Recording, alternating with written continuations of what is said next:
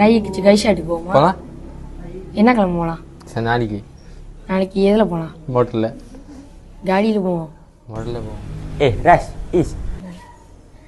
Kamu berdua bukan pandai naik kompang ke? Pandai. Jomlah main sekali. Oh, boleh. Jomlah. Dah pukul berapa ni? Oh, boleh, jom. Jom.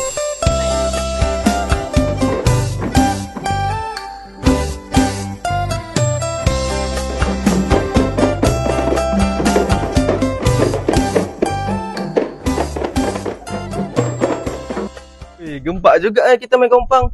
Ali bagus, Tiaga lagi dah bagus. Jom kita main kompang dulu. Nanti kita nak pergi surau untuk takbir raya. Isyaran dengan Tiaga Ras tinggal sini berlatih kompang lagi. Okey? Dah, jom.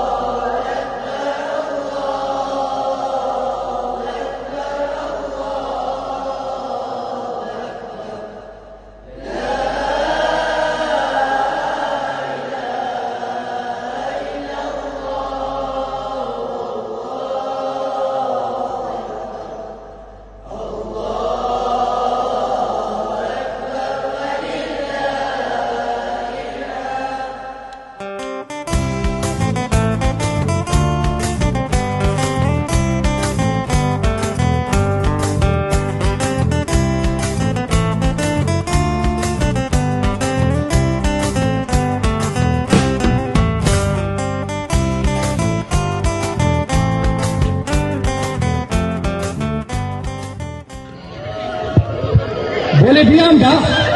Bising dari tadi. Kita nak ambil gambar ni. Take the picture. Selamat Aidilfitri kepada saudara serta saudari. Setahun hanya sekali merayakan hari yang mulia ini. Pengetua ada tak ucapan untuk raya tahun ni? Saya mengucapkan.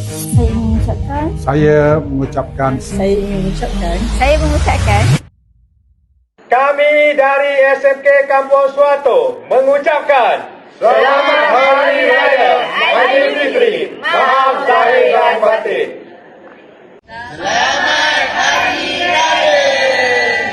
Selamat Hari Raya, maaf zahir dan batin.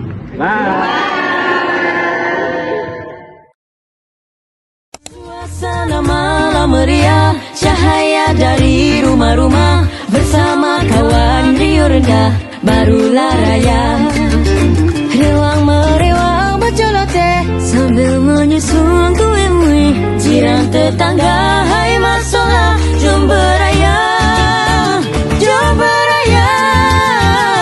Rasa raya, hey, rasa raya, raya, hey. Jangan malu, usah tunggu, makanlah bersama-sama. Rasa raya, hey, rasa raya, raya, hey. Oh, lihatlah, oh, meriah suasana hari raya.